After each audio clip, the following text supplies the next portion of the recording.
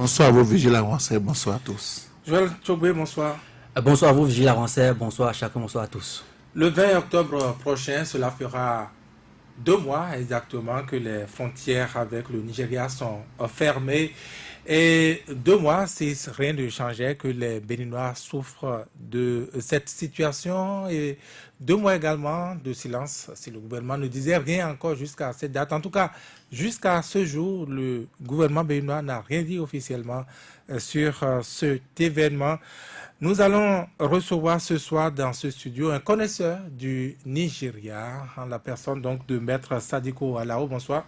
Bonsoir, cher ami. Dites-nous, qu'est-ce que cela vous inspire, cette situation? Vous ne vous étiez pas exprimé là-dessus, en tout cas pas sur nos antennes. Et puis, surtout, l'autre chose remarquable, ce silence du gouvernement. Ah bon, vous parlez du silence du gouvernement, on peut en dire beaucoup de choses. Mais ce qu'il faut savoir, c'est que le gouvernement béninois a quand même intérêt à se taire. Ah oui? Oui. D'abord pour ne pas aggraver la situation. C'est le premier point, pour ne pas aggraver la situation. Et je pense qu'il a raison de se taire. Maintenant, les développements vous permettront de comprendre pourquoi le gouvernement a raison de se taire. Justement, et pourquoi le gouvernement devrait se taire? Bon. Dans les situations comme celle-là, on parle haut et fort lorsqu'on a tout de son côté. Mais le gouvernement béninois n'est pas en mesure de parler haut et fort parce que les torts sont très nombreux du côté du Bénin. Je dis très nombreux et j'insiste là-dessus. Parce que les Béninois, ou ceux qui dirigent le Bénin, depuis très longtemps, n'ont pas appris à connaître le Nigeria. La première des choses qu'il faut savoir au Nigeria, c'est que pour des questions de politique étrangère, depuis que le Nigeria a accédé à l'indépendance, le chef de l'État nigérian, aucun chef d'État au Nigeria, ne peut prendre une position qui n'est pas celle de la puissante commission des affaires étrangères. Vous n'entendez jamais un chef d'État au Nigeria prendre une position sur le plan diplomatique ou international sans que cela soit l'objet de directives de la puissante commission. La commission, c'est Ce n'est pas une du commission ministère des Affaires étrangères? Non, ou c'est une autonome? puissante commission nationale qui intègre tous les autres ministères, y compris la sécurité. C'est parce qu'il y a une ignorance des réalités du Nigeria qui fait que chez nous, il y a beaucoup de déboires. C'est la première chose qu'il faut savoir, que ce n'est pas le président de la République qui se lève et qui décide. Cette commission, depuis l'indépendance, a toujours été très très puissante au Nigeria. Donc c'est la première donnée. C'est l'instigation de la commission, la fameuse commission, cette fermeture de frontières. On ne peut rien faire qui ait une connotation internationale sans que cette puissante commission ait donné des directives dans ce sens. Au Nigeria, c'est comme ça. Premièrement. Premier élément à retenir. Deuxième élément, c'est que le Nigeria connaît très très bien ce qui se passe au Bénin. Ce n'est pas comme nous, qui ne savons pas. D'ailleurs, le GEDES a eu à faire des propositions à d'autres gouvernements béninois. Le Nigeria sait dans les moindres détails ce qui se passe au Bénin. Sur quel plan? Mais sur le plan économique et même sur le plan politique. Prenez le plan économique. Le Nigeria connaît l'existence de tous les magasins qui contiennent du riz. Le Nigeria sait comment fonctionne le port. Le Nigeria sait comment fonctionne le PVI. Le Nigeria sait que la douane est en seconde position dans l'importation. Ce n'est pas l'État souverain qui gère les importations. Le Nigeria sait que c'est le PBI. Le Nigeria sait comment fonctionne. Et comment vous le savez PBI. que le Nigeria sait? Ah, lisez la presse nigériane. Discutez avec des Nigériens qui sont haut placés. Ils connaissent les moindres détails. Mais le Bénin est en train de découvrir qu'ils connaissent. Mais le Béninois ne sait pas. Mais les dirigeants sont en train de découvrir que le Nigeria connaît dans les moindres détails. Parce que, c'est vrai, les États africains se prennent souvent à la légère. Mais le Nigeria, qui est la première puissance africaine, a un service de renseignement très, très puissant. Ils sont bien informés. Le Nigeria a commencé, dans ce sens-là, à former des cadres francophones bilingues depuis plus de 50 ans qu'ils ont investi des moyens énormes pour envoyer des gens dans tous les pays francophones pour maîtriser l'économie de chacun des pays. Pour savoir comment le Nigeria peut mieux profiter de la situation. Les dirigeants béninois le découvrent aujourd'hui, le GDS le savait depuis, on a fait des propositions à des gouvernements sur la meilleure façon de profiter de l'économie nigériane. C'est le gouvernement, d'après la conférence nationale, qui a tenté de faire quelque chose. Mais les Béninois ne prennent pas le problème de la gestion très au sérieux, au point d'avoir une stratégie d'organisation et comment pénétrer un marché. Mais le Nigeria, lui, il a dépassé ça depuis. Donc, il ne faut pas penser que ce qui se passe au Nigeria, c'est une démarche d'amateur. Non, Revenons c'est une démarche de professionnel. À ce qui se passe actuellement. Qu'est-ce qui se passe à ce point, n'est-ce pas, de manquer de respect, on va dire, à tout un pays, tout un peuple, le Bénin? Non, vous exagérez. Ah oui? Comment vous pouvez dire que le Nigeria... Fermer ses frontières sans prévenir... Comment vous pouvez dire que le Nigeria manque de respect à tout un peuple? Je crois que c'est excessif. Et je vais vous dire, ceux qui dirigent le Bénin savent très bien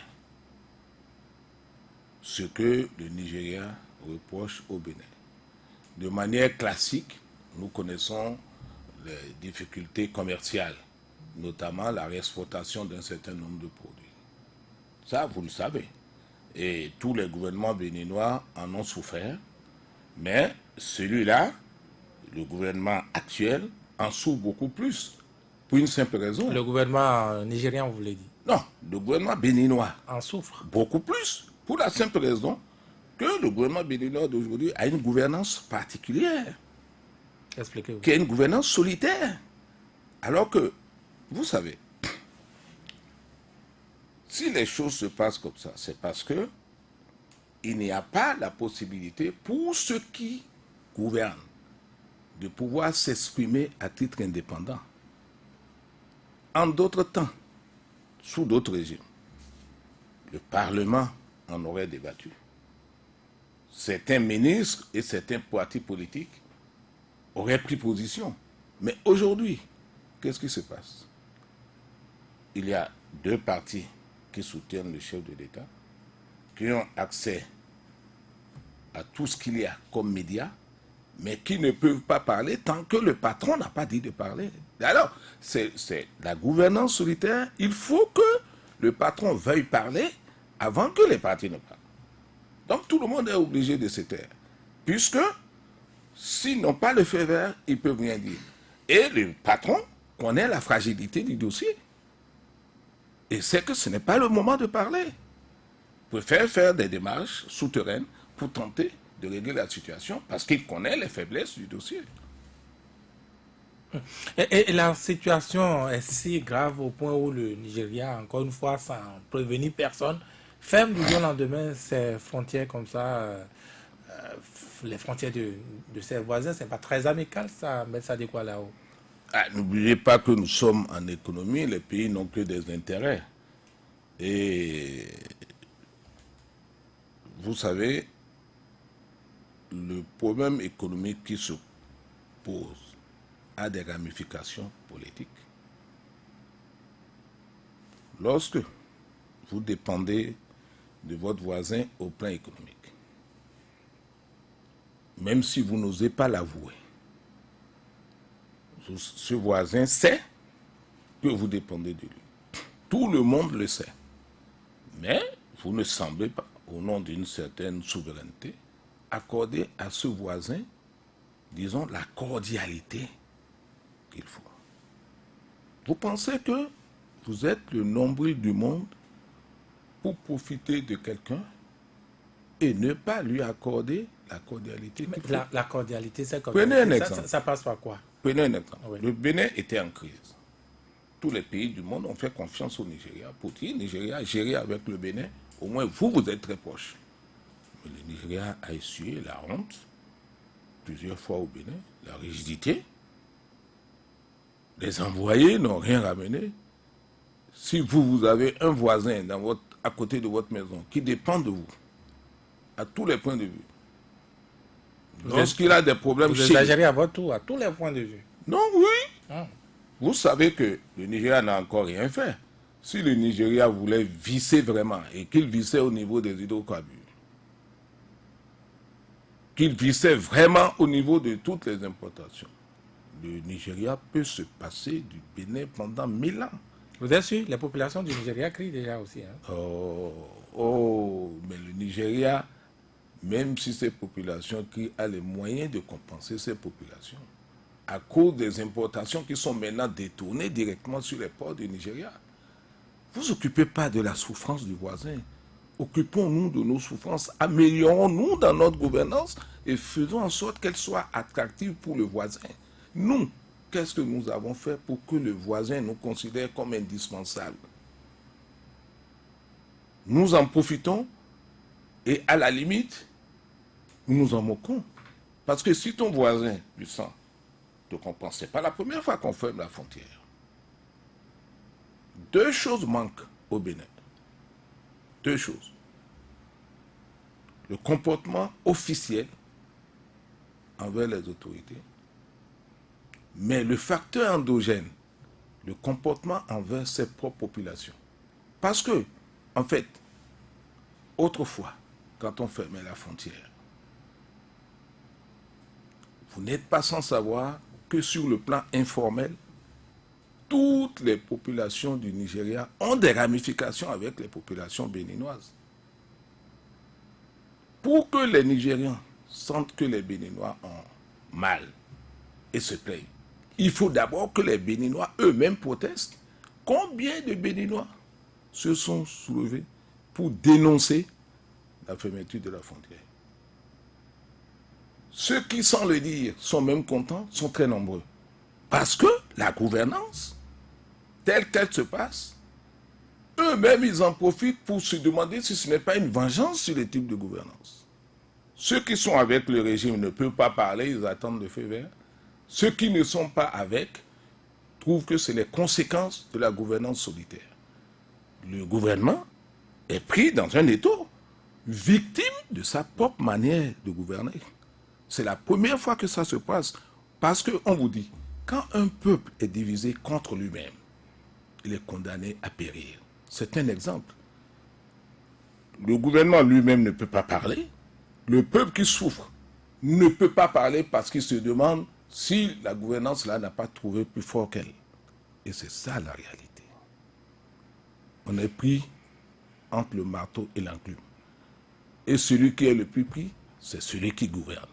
C'est l'une des conséquences de cette gouvernance solitaire. Et je crois que ça va être une leçon. Et même le fait que l'on se précipite pour dire qu'on va enfin dialoguer, vous croyez que c'est étranger à ça? Et c'est pour ça que certains disent qu'il faut dialoguer sincèrement pour que l'étau se desserre et que les Béninois se ressentent à l'aise. Je semble détecter, vous, votre camp, vous faites partie de ceux qui se réjouissent plutôt. Non, pas du tout. Ce qui arrive, le malheur qui arrive au peuple béninois ne peut pas réjouir un militant comme moi. Je suis né de parents commerçants. Et ceux qui souffrent le plus, ce sont les commerçants. Nous n'avons jamais bénéficié de l'État et nous sommes toujours des payeurs d'impôts. Il ne faut pas oublier que les Yoruba du Bénin, commerçants, sont très liés aux Yoruba du Nigeria et sont les premiers à souffrir. Et ils payent très cher dans cette situation. Joël Tchogbe, selon M. Sadi Koualao, le Bénin, le gouvernement béninois a intérêt à se taire. Oui, c'est vrai que, à tout point de vue, on se demandait jusqu'ici qu'est-ce qui pourrait expliquer l'omerta du gouvernement face à cette situation de crise économique, je vais dire une crise béante d'ailleurs, qui a des ramifications dans bon nombre de secteurs.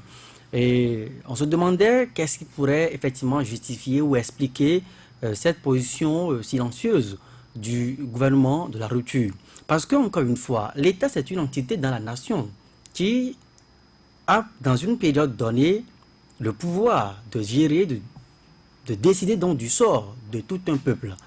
Et dans une situation de crise comme celle que nous vivons depuis bientôt 2 mois, il était de bonne loi, en tout cas pour des citoyens responsables, qui sont donc aux commandes, de monter au créneau et d'expliquer de façon intelligible ce qui se passait avec le voisin du Nigeria. C'est vrai que le Nigeria n'a pas fermé ses frontières uniquement avec le Bénin. Mais ce que je vais vous dire, depuis cette fermeture, nous avons eu à faire donc un travail souterrain. Puisque vous le savez, les journalistes sont des soutiens de terrain. Nous sommes allés donc à la rencontre, notamment des acteurs. Maître Sadiko Alao disait tout à l'heure que ceux qui en souffrent le plus, ce sont des commerçants. Et au-delà donc des commerçants qui sont dans la réexportation d'un certain nombre de produits vers le marché nigérian, il y a également ceux qui sont dans la production locale, qui sont énormément victimes et frappés par cette fermeture soudaine des frontières du Nigeria. Des gens qu'on peut considérer même comme des dégâts collatéraux. Voilà. Si aujourd'hui, puisque officiellement le Nigeria ne ferme pas les frontières pour des produits qui sont fabriqués ici au Bénin, pour des produits made in Bénin, notamment je pense donc aux produits maraîchers qui sont sur le territoire béninois, comme la tomate et d'autres produits, mais qui, par la force des choses aujourd'hui, sont obligés de se rétracter, de rester donc au pays, et l'entrée donc n'existe plus. Conséquence, les producteurs ont donc des produits sous les bras, il y a donc plus de marché d'écoulement, et donc ces produits sont en train de pourrir, parce qu'à l'intérieur, on n'a pas développé dans le temps une stratégie assez viable pour la consommation locale, la conservation et la transformation, si vous voulez. Alors, aujourd'hui, le problème qui se pose, à mon sens, c'est un problème à la fois de tactique, de diplomatie, de diplomatie. Parce que dans une relation bilatérale entre le Bénin et le Nigeria, vous savez qu'au plan diplomatique, vous ne pesez que ce que vous valez. C'est de ça qu'il s'agit. Vous ne pesez que ce que vous valez au plan diplomatique. Et aujourd'hui, le Nigeria, c'est, disons, en Afrique, la première pratiquement économie au coude à coude avec l'Afrique du Sud. Et donc quand vous avez un voisin comme le Nigeria, en principe le Bénin ne devrait pas se contenter de cette position de spectateur depuis notre accession à l'indépendance et profiter uniquement du marché nigérian sans effectivement travailler et définir des politiques viables pour également s'imposer, pour se rendre quand même comme ce pays que le Nigeria également doit désirer. Donc aujourd'hui, le Bénin gouverné, certes avec une main, si vous voulez, de fer, je vais donc le dire comme ça, ainsi, un peu trébuchant sur le respect des pratiques de démocratie. Et vous savez que rien n'est isolé. Quand on parle de gouvernance politique, en même temps, il y a également des ramifications au plan économique. Donc, est-ce que c'est une fermeture qu'on pourrait percevoir comme une mesure de représailles du Nigeria par rapport au Bénin? C'est une piste plausible aujourd'hui qu'il faut explorer à mon sens. Mais de l'autre côté,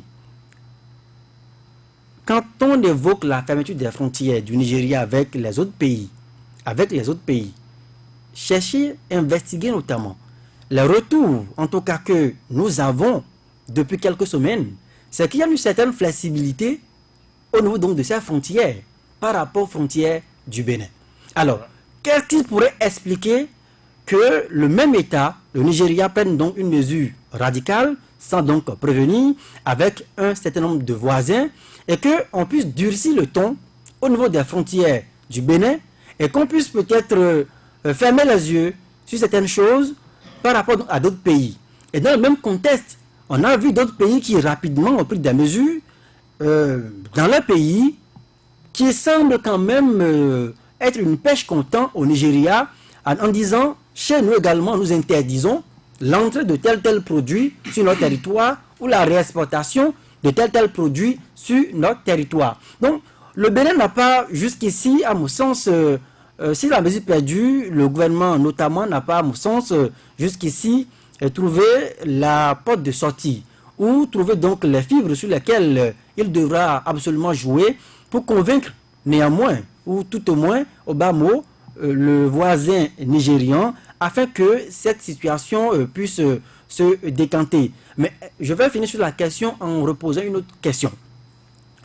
Je pense que, au-delà donc de l'officiel, oui, il y a donc l'intrusion sur le marché nigérian des produits voilà, on ne veut plus donc voir, notamment donc le riz.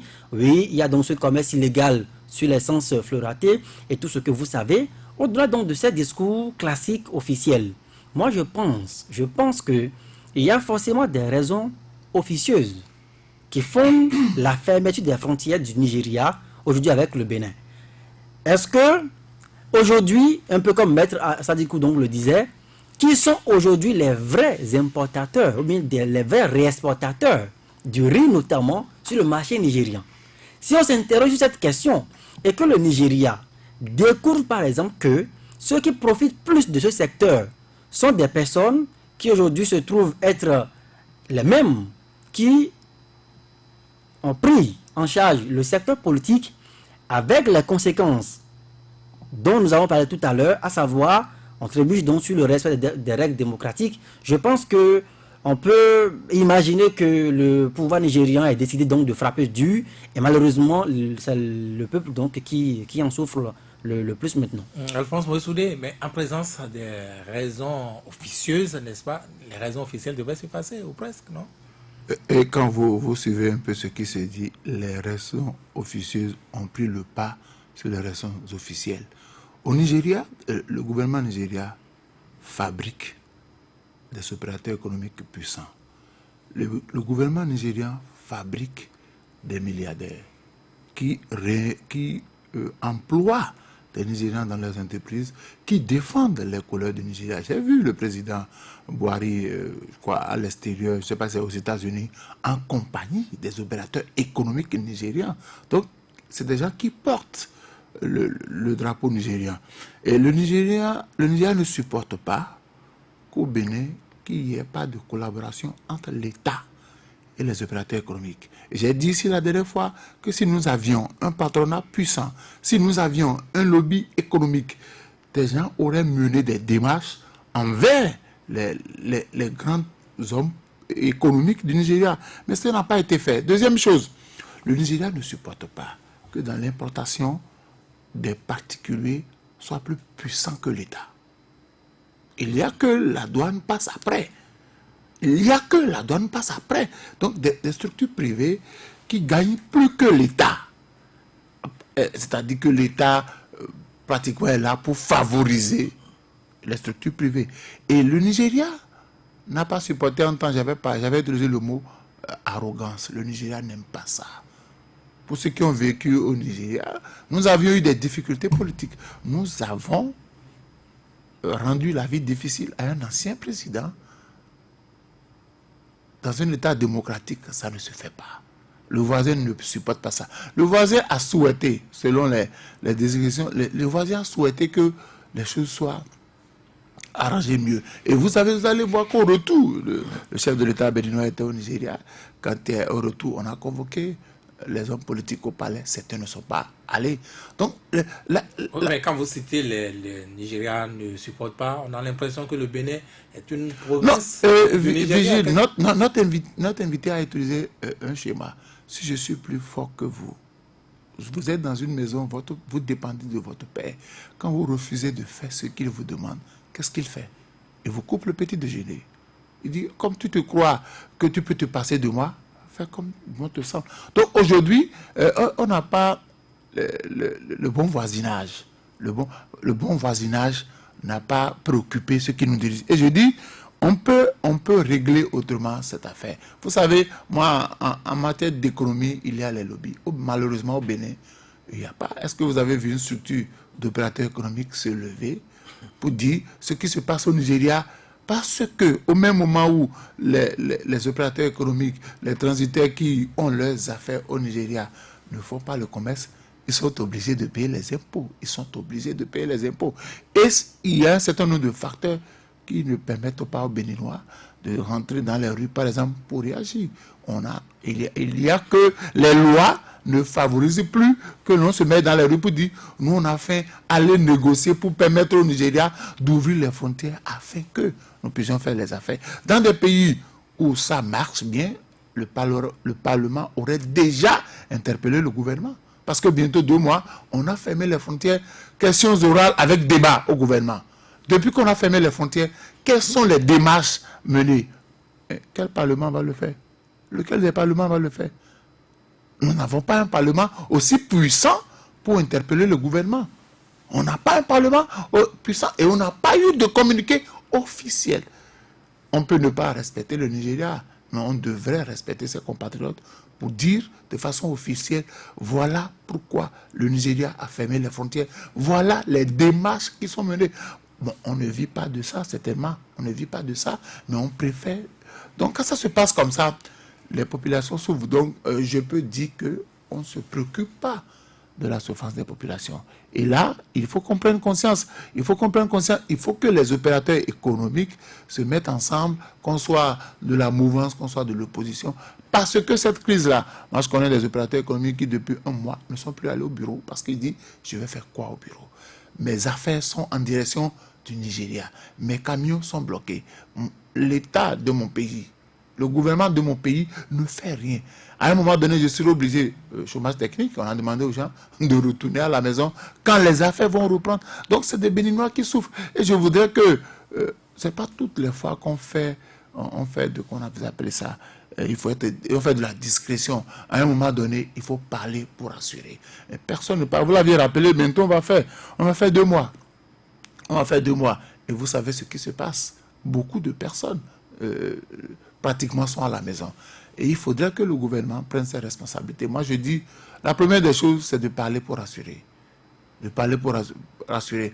Et quand vous êtes en position de faiblesse, il faut faire profil bas pour dire, écoutez, nous irons vers le Nigeria. Vous savez, moi je dis une chose, j'ai dit quelque part, on a beau ne pas aimer Boni Yayi. Si c'était autant de Boni Yayi serait même aller au Nigeria tous les jours, faire les Samalek, négocier dur. Pourquoi? Mais il a plus de 3 ans, Boni Yayi n'est plus là. Non, je dis, est-ce que vous avez compris? Je dis, on a beau l'aimer, mais notre invité a parlé d'une certaine gouvernance, d'une gouvernance solitaire, qui peut se lever aujourd'hui pour dire quoi que ce soit. Si vous n'êtes pas solide, si vous avez été homme politique et que vous avez des casseroles, si vous êtes homme économique et vous avez des difficultés, dès que vous montez au créneau pour dénoncer ce qui se passe, vous connaissez la suite.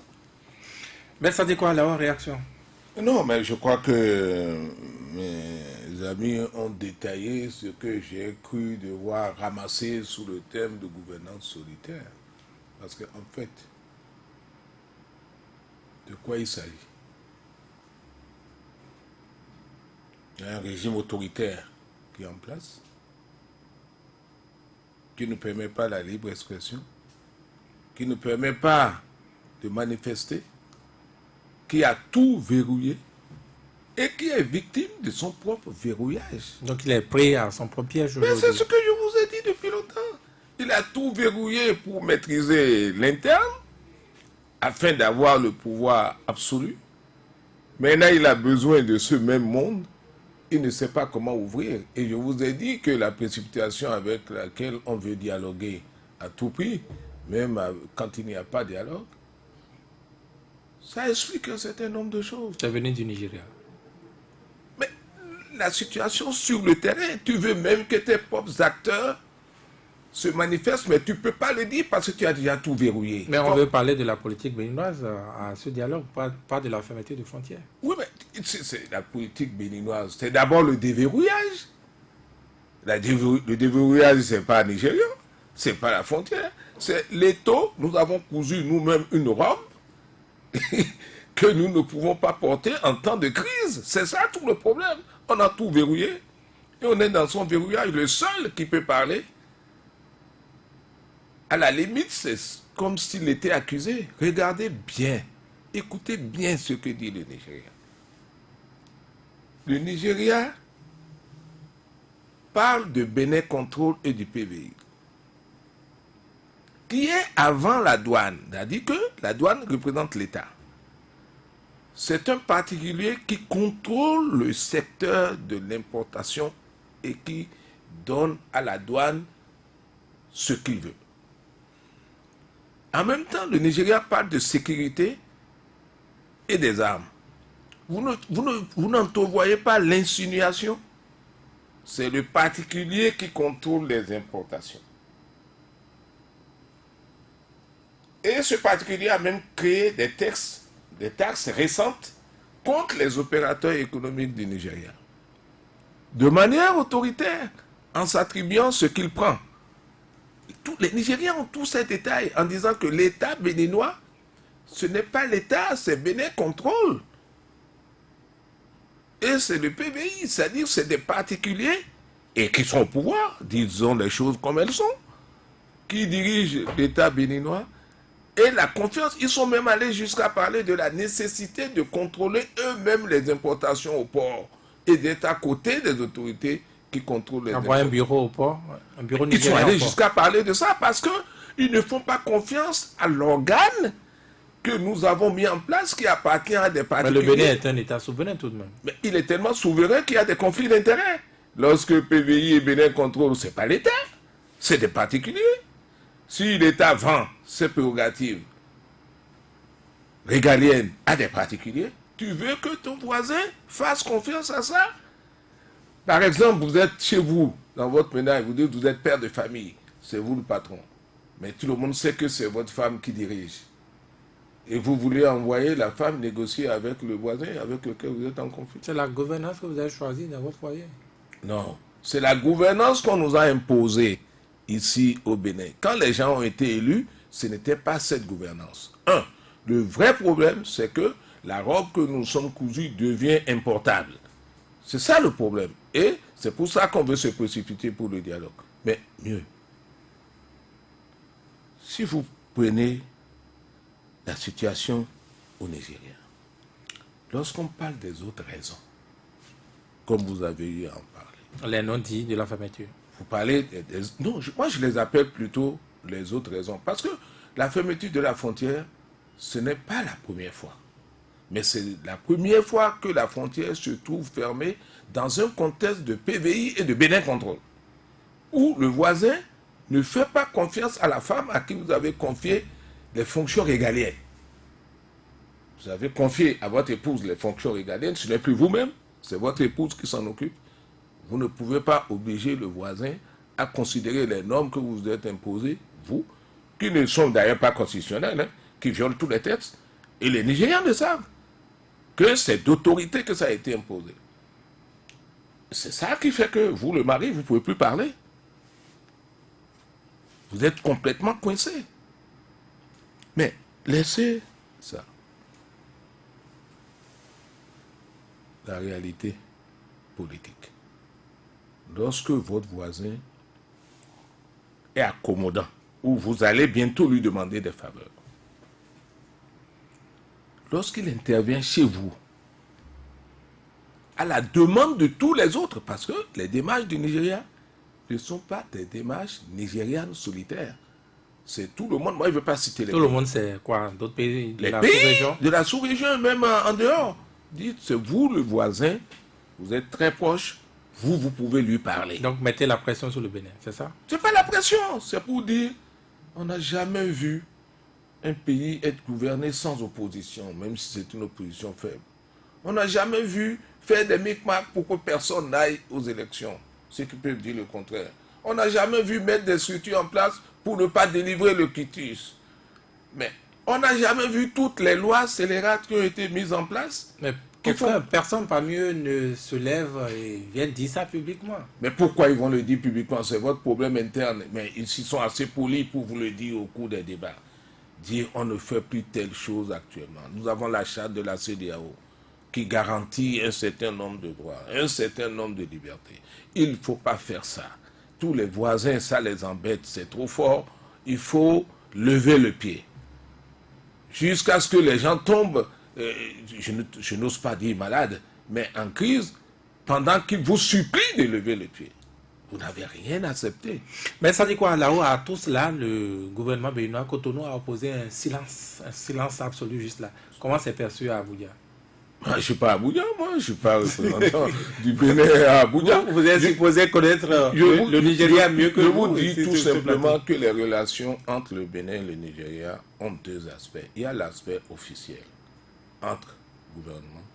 Il y a l'aspect officieux que je qualifie d'informel. Vous savez, les populations se parlent. Le premier jour de la fermeture de la frontière, j'ai reçu une dizaine de coups de fil du Nigeria, d'opérateurs économiques nigériens. Qui, les mêmes sont passés de l'inquiétude à la satisfaction le même jour. En disant, ah, on ne comprenait pas. Ce qui se passe au Bénin est terrible. Mais pourquoi vous ne nous en parlez pas? Vos explications qui les ont posées. Non. Ils disent, mais on ne savait pas que tout ça se passait. Parce que le gouvernement nigérien, lui, il a expliqué, il utilise l'informel. Ici, notre gouvernement n'utilise que ses lois et son formalisme. Le peuple, l'informel, non. Qui s'occupe de ça? Est-ce que le gouvernement cherche à savoir ce que pensent les gens? Est-ce qu'il cherche à leur parler, à échanger? Dans un gouvernement normal, vous, à la radio, vous invitez ceux que vous croyez être des sachants. Le gouvernement béninois n'a jamais, enfin, la gouvernance actuelle n'a jamais invité quelques sachants que ce soit pour échanger, savoir comment on peut sortir de la crise. Nous sommes dans le système de pensée unique. Les mauvaises langues disent que le patron sait tout et que c'est lui qui décide. Mais aucun être humain. D'abord, ceux qui croient qu'ils savent tout ne savent rien. Il faut rester très humble quand il s'agit du peuple et du pays. Le gouvernement ne parle pas, mais quand même quelques gestes. Vous avez cité tantôt le dialogue politique que vous avez vu comme une réponse, n'est-ce pas, à cette pression du Nigeria. Est-ce que ça va être suffisant de votre point de vue?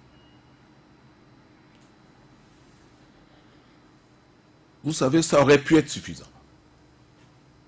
Et c'est ce que pense un certain nombre de personnes. Moi, j'étais convaincu jusqu'à la dernière minute que le gouvernement, sans aucune idée de chasse aux sorcières ou de préoccupation, saisirait cette occasion pour relancer le Bénin et le rendre plus attractif.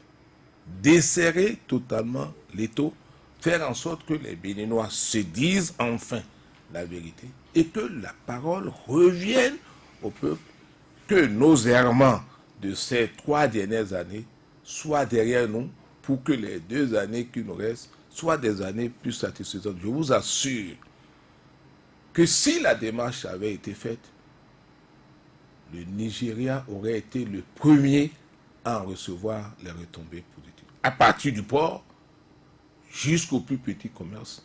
Parce que, mais la manière dont le port est géré, les Nigériens le savent dans les moindres détails. Ils savent où va l'argent. Mais le patron ne veut pas qu'on discute de ces problèmes fondamentaux. Quand vous y revenez, quel est ce dialogue? Quand vous revenez précisément sur cette raison-là, les Nigériens n'ouvriront leurs frontières que si le contrat PVI est résilié, c'est cela? Mais si nous pouvions en discuter, d'abord nous-mêmes, c'est nous-mêmes qui sommes malades. Il ne faut pas voir sa maladie chez le voisin. Le pays qui est malade, c'est d'abord le Bénin. Si le Bénin guérit, le Nigeria se considère comme sauvé. Nous sommes malades. Il faut d'abord vous mettre dans la tête que le vrai malade, c'est le Bénin. Est-ce que notre maladie contamine le Bénin et le Nigeria, j'allais dire? Mais si notre maladie ne contamine pas le Nigeria, comment le Nigeria en arrive à penser que notre système portuaire n'est pas sécurisant pour lui?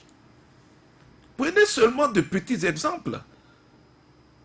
Lorsque ton voisin pense que l'entrée que tu as pour faire venir les choses de l'étranger ne lui paraît pas sécurisant, alors que toi, tu as mis tout ce système-là en place pour certainement tes propres raisons économiques, mais tu as mis tout ça en place pour empêcher tes propres gars de dire ceci n'est pas bon, cela est bon, personne ne doit parler. C'est toi qui donnes les directives. Si tu desserres le taux, que ton voisin constate que oui, maintenant tout le monde peut parler dans le pays, les choses sont devenues libérales et que toutes les histoires que tu as mises en place, comme la criette, tout ça est révolu. Mais les avocats nigérians sont venus ici plusieurs fois pour tenter de s'occuper des affaires des Nigériens. Et puis quoi? Mais ils sont retournés réduits parce qu'aucun avocat n'a pu leur donner des assurances. Parce que le droit chez nous est devenu quelque chose de subjectif. Mais vous avez l'air de ne pas comprendre que nous sommes dans une situation très très grave. Pire que l'enfer sur terre. C'est vous qui exagérez maintenant. Mais ça dit du point de vue des droits de l'homme, vous avez parlé tantôt de la possibilité pour les gens de manifester et de demander à leurs gouvernants de voler à leur secours.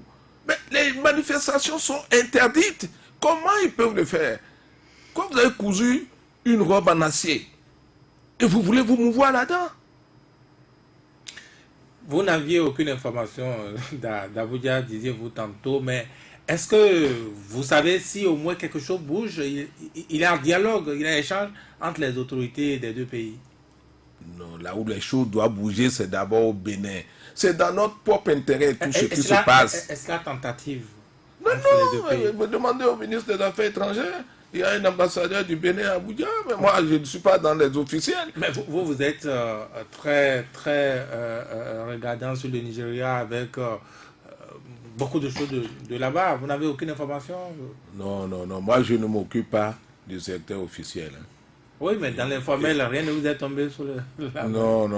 Moi je vous dis encore une fois que tous les problèmes sont au Bénin. Quand vous demandez aux Nigérians informés, ils vous disent, votre patron connaît les problèmes. Il sait ce qu'on attend de lui. Alors, ça suffit. J'ai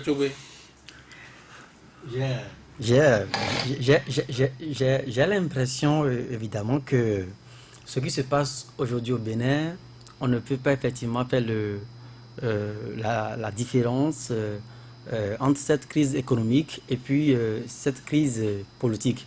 Et j'ai bien envie de dire que quand vous voyez un peu les dernières assises que les pays de la sous-région ont eues, les recommandations étaient claires, définies.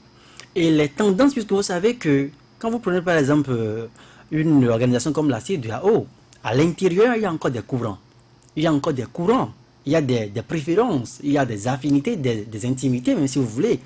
Et vous voyez quand même qu'il y a entre le Ghana, aujourd'hui cité comme un modèle de démocratie dans la CEDEAO, et le Nigeria, c'est comme si les deux pays, dans un système différent du système francophone, s'entendent pour dire ce qui est aujourd'hui admis, c'est la démocratie, le respect d'un état de droit et des droits de l'homme.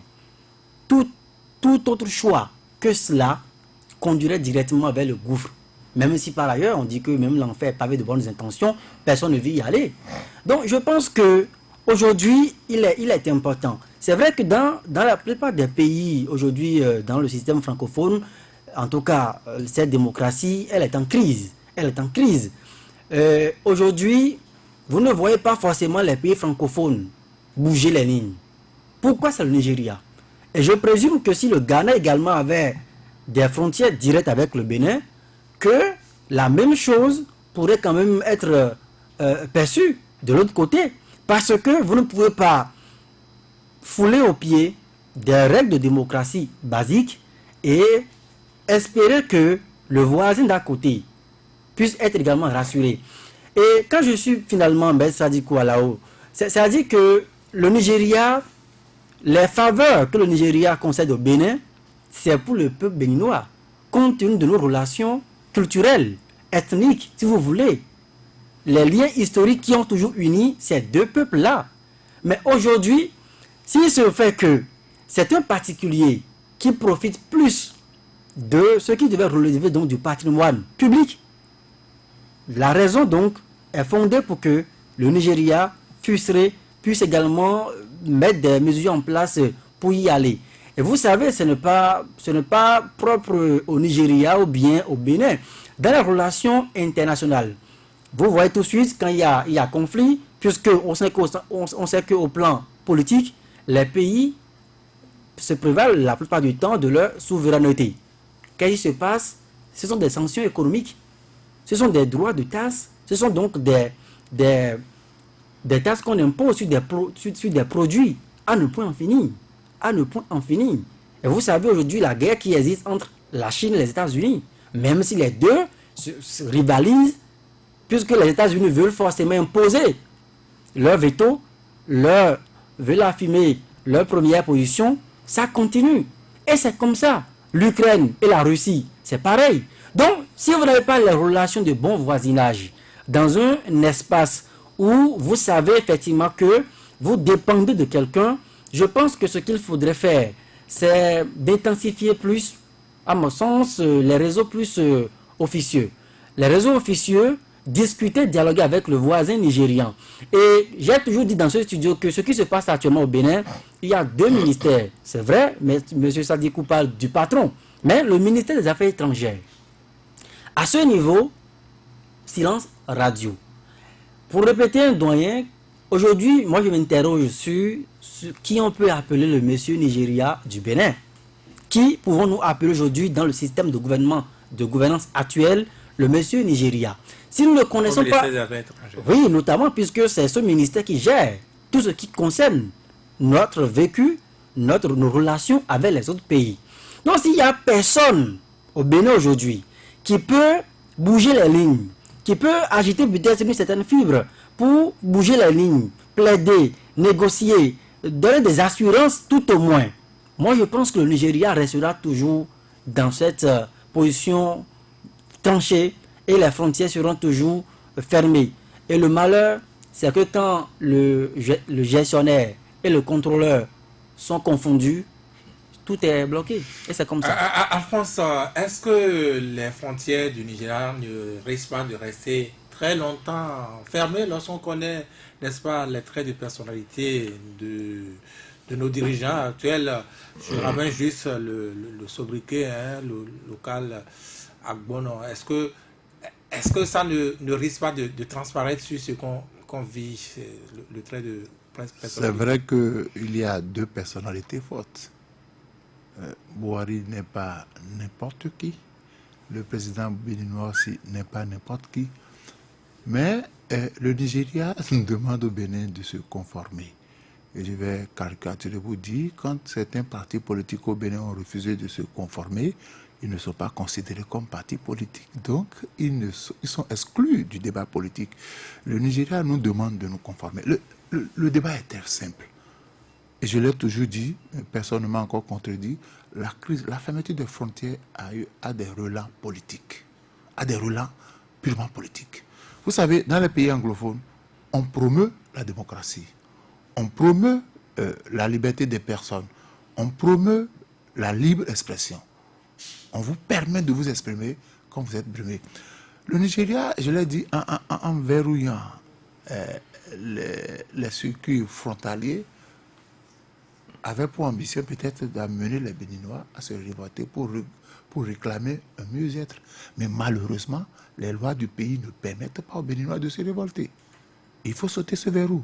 Deuxième chose, on aurait pu, et je l'ai dit hier, pour détendre l'atmosphère, je vais répéter la phrase du ministre, n'en déplaise à Vigile, corriger et réajuster ce dont on a pu se plaindre. Et je disais hier, de quoi s'est-on plaint? Et qui s'est plaint? Le Nigeria a suivi ça de près. Et on devait profiter de ce dialogue-là pour inviter tous ceux qui se sont plaints. Et on va venir. Ce n'est pas le Nigeria qui a convoqué le dialogue, c'est quand même déjà... Non, Vigile, je vous ai dit ici la première fois. Je vous ai dit ici la première fois que quand la crise a commencé, le chef de l'État allait rapidement au Nigeria. J'ai dit ici que on a appelé le chef de l'État. La crise des frontières ou la crise politique? La crise politique. Le chef de l'État béninois était allé là-bas pour une journée et j'ai dit, le voisin d'à côté a appelé, a discuté. Ce qui se passe chez toi, c'est pas bon. Tu peux arranger les choses. Arrange les choses chez toi. Parce que si tu n'arranges pas, nous on ne peut pas. J'ai dit, je ne sais pas si c'est on m'a dit qu'au Nigeria, le président, le Nigeria a fabriqué des riches, des commerçants, des gens qui investissent dans le pays, des gens qui sont économiquement puissants. Mais chez nous, dites-moi, que devient le patronat dans la crise que nous traversons? Vous avez vu le patronat monter au créneau pour dire quoi que ce soit. Est-ce que vous avez vu les transitaires, l'association des transitaires monter au créneau pour dénoncer la fermeture des frontières? Quelle organisation à relance économique est montée au créneau? On n'en a pas. On n'en a pas. Personne ne parle. Le patronat est têté. Les transitaires, zéro. Même la chambre. La chambre. CCIB. Écoutez. C'est pas possible. Les femmes de Dantokpa qui souffrent ne peuvent même pas descendre dans les rues pour dire Adakoué Banyo. Impossible. Mais en même temps, vous citez les acteurs qui en souffrent directement. Mais oui, le verrouillage est tel que ce qui devrait, je vous donne le simple exemple, écoutez, le Parlement vigilant français, ça fait bientôt 2 mois. Dites-moi s'il y a eu questions orales avec débat à l'Assemblée nationale. Dites-moi, est-ce qu'on a interpellé le gouvernement pour dire on a fermé les frontières depuis le 20 août? Messieurs les membres du gouvernement, que faites-vous pour détendre l'atmosphère? Quelles sont les démarches? Il me semble que dernièrement, le ministre de l'Agriculture était au Parlement et que des députés ont demandé mais qu'est-ce qu'on fait, notamment de ces variétés qui sont de pourrir dans les champs. La seule réponse que le ministre a pu trouver, il dit que le gouvernement travaille d'arrache-pied pour les aider. Voilà. Oui, et Joël, ça c'est un petit détail. Je dis de façon officielle, et il faut que le Parlement dise, gouvernement, venez vous asseoir. On va les interpeller parce que c'est ça l'important. On attend toujours. Oui, mais ça dit quoi là-haut? Non, je suis très heureux que nous soyons vraiment dans une certaine convergence, parce que c'est tellement évident. Mais je pense qu'il n'y a pas de problème sans solution. Et justement, comment on va s'en sortir? Les frontières ne vont pas rester définitivement fermées. Le Nigeria ne va pas botter le Bénin de ses frontières non plus. Je pense que le Bénin peut faire beaucoup parce que, en fait, tout le problème est béninois. Ce n'est pas la peine de parler du Nigeria. Le Nigeria a fermé ses frontières, c'est vrai. Pour nous aider à prendre conscience. Mais le problème est béninois. Il faut vraiment le dire aux Béninois. Ce n'est pas la peine d'accuser le Nigeria. Et si nous voulons trouver une solution, ou des solutions, c'est des solutions béninoises. Nous devons oublier d'abord notre orgueil et notre envie effrénée de profiter des petites ressources du Bénin et de les monopoliser. Il faut d'abord qu'on commence. Et cette idée qu'on n'appelle pas conférence, qu'on appelle dialogue, aurait été une bonne opportunité. Moi, j'aurais été à la place du président de la République. J'aurais dit, les choses se compliquent. C'est vrai, on ne peut pas rediscuter de tout. Faisons en sorte que nous puissions partir d'abord du bon pied. Et si on attendait les semences de ce dialogue tel qu'appelé par le chef de l'État? Non, excusez-moi. Il faut d'abord que le dialogue remplisse certaines conditions pour qu'il soit crédible et qu'il ne ressemble pas à une activité de ruse. Encore une fois, les choses sont bloquées au Bénin parce que le Bénin s'est lui-même bloqué. Mettons le Bénin en position de vouloir se débloquer. D'abord, les acteurs, qu'ils soient des partis reconnus ou pas, doivent s'asseoir. On peut dire une seule chose. Nous ne revenons pas en arrière. Nous voulons partir du bon pied. Ça évite que les gens soient braqués. Éviter la chasse aux sorcières. Mais disons, nous voulons discuter de ce qui ne va pas, de ce qu'il faut réformer. Et nous voulons que ceux qui tirent un peu avantage de notre blocage soient eux-mêmes des observateurs de ce que nous voulons faire. Cette conférence doit être l'occasion pour dire aux Nations Unies, envoyez-nous un observateur. CEDEAO a envoyé un observateur. Notre puissant voisin. Le gouvernement était clair, ça n'est pas envoyé. Non, conférence nationale. C'est pas éviter les mots, les noms, les étiquettes. Nous voulons faire quelque chose de crédible. Nous voulons que, entre nous d'abord, ce soit crédible, que ce ne soit pas la pensée unique, et nous voulons que tout le monde sache que le Bénin est revenu à la normalité. Nous demandons des observateurs, quel que soit le nom que vous donnez à la conférence, nous sommes bloqués. Ça nous cause des problèmes avec notre voisin immédiat. Nous voulons repartir du bon pied. Nous demandons aux gens de venir voir comment, comme on a eu à le faire dans d'autres pays, en d'autres circonstances. Ce n'est pas conférence malheureusement, on est en nationale. train de descendre de cette émission, oui. Je Quelques dis, mots pour finir, oui. pour être crédible, il aurait fallu rendre ce dialogue, faire de ce dialogue quelque chose que les gens nous envieront parce que nous-mêmes nous l'aurons aimé et accepté. Malheureusement, c'est une occasion ratée. C'est dommage. Et très rapidement, Joël. Non, je souhaiterais juste que peut-être ce dialogue puisse nous permettre effectivement de reposer les vraies bases et aborder à la fois ces questions préjudicielles là, afin que peut-être on puisse convoquer un autre dialogue économique ou social, je ne sais pas. Oui, il faut reconnaître que dans l'avion, on n'est pas tout seul intelligent. Il faut toujours écouter, même le plus petit enfant de votre maison, quand il parle, certainement que dans ce qu'il dit, il y a un brin de vérité. Merci à chacun, merci à tous de nous avoir suivis. C'est la fin de cette émission. Eh bien, l'intégrale, vous nous retrouvez encore demain à 18h.